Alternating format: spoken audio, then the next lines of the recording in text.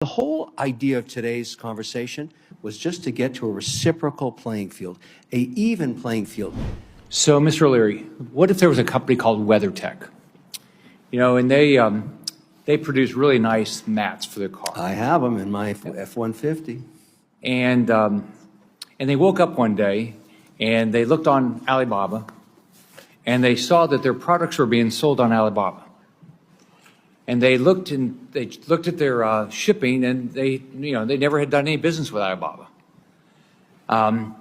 And they looked just like the mats that they produced in Illinois, and they even had their name on it, right?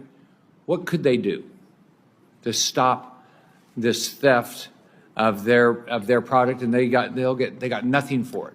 What would be their recourse right now?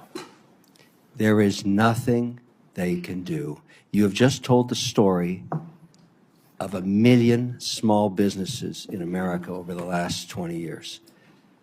They innovate, they create, they're entrepreneurs, they prove their product in the American consumer market at around 5 million in sales. They're knocked off. By whom? China. Very often, the same plants that ran the molds under a relationship they had with the company. A lot of companies went to China 20 years ago, 10 years ago, and put their molds there. And during the day, the company would run the WeatherTech mat, in this example, here theoretically. And then at night, they'd run the knockoff mat. And they would bring it into the market, let me guess, 30% off retail of WeatherTech. And I've seen this happen countless times. And in some cases where the company's very small, they go out of business. And nobody hears that tree falling in the forest. It happens thousands of times. There's such an immense opportunity here to enforce existing laws, but really, at the end of the day, the reason that behemoth company couldn't do anything about it, they have no access to the Chinese courts. They can't resolve the complaint through litigation, as we do here.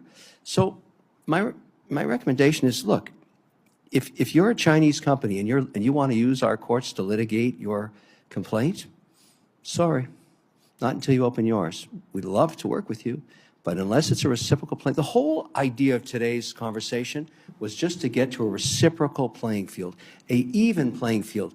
American companies have always been very competitive anywhere on earth when given a chance on a transparent and competitive playing field.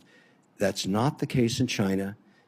I mean, we're all saying the same thing here. It's got to get fixed. And finally, here we are, with tariffs being the excuse, but now I think she has to come to the table, and I hope it happens. And I'd like to see tomorrow morning 400% tariffs.